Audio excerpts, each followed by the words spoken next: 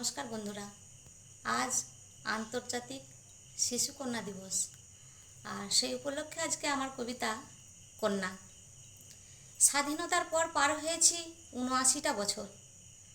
আজও যারা কন্যা সন্তানের মা, জোটে তাদের লাঞ্ছনার আঁচড়। জীবনের সব ভালোবাসা আশা থেমে যায় এক লহমায়, যদি সে প্রথম বা দ্বিতীয়বার কন্যা সন্তানের জন্ম দেয়। জীবনের সব বাধা বিপত্তি দূর করে দাও দুর্গা মা। সংসার ধনধান্যে পূর্ণ করো, সেও তো লক্ষ্মী মা।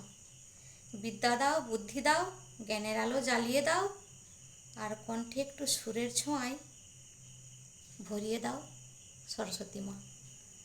তাহলে কন্যা সন্তানে কেন বাধা, কেন এত অবহেলা, কেন এত ভ্রূণ হত্যা, মাতৃগর্ভে মেরে ফেলা? তোমাদের পুত্র সন্তানের জন্ম দেবে কিন্তু ওই মেয়েটাই। তোমাদের জন্মও দিয়েছিল মা নামে ওই মেয়েটাই। মাতৃসুধা অমৃতরস পান করিয়েছিল প্রথম কিন্তু ওই কন্যায়। অশান্ত হৃদয়ে ভালোবাসার বাড়িধারা সিঞ্চিত করেছিল কিন্তু ওই মেয়েটাই। তাহলে কেন এত বিষণ্ণতা, কন্যারা কেন অবহেলিত?